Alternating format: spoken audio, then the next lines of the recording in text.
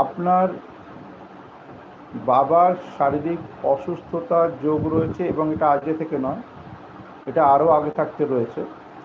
এখন আপনি কোয়েশ্চেন্স করেছেন ঠিকই, কিন্তু আপনার বাবার হেলথ ইস্যুর জায়গাটা আরও আগে থাকতে রয়েছে।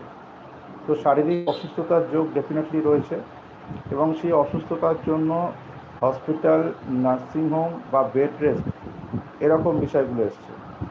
আর এই সবের জন্য আর বেশ কিছু কারণ আছে, সেই বিষয়গুলো নিয়ে আপনার ব্যক্তিগত, আপনার নিজের মানসিক টেনশন এবং দুশ্চিন্তা বা মানসিক চঞ্চলতা যাই বলুন, সেইগুলো কিন্তু চলছে।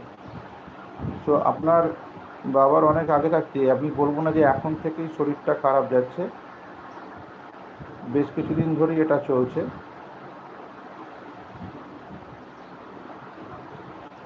Health issue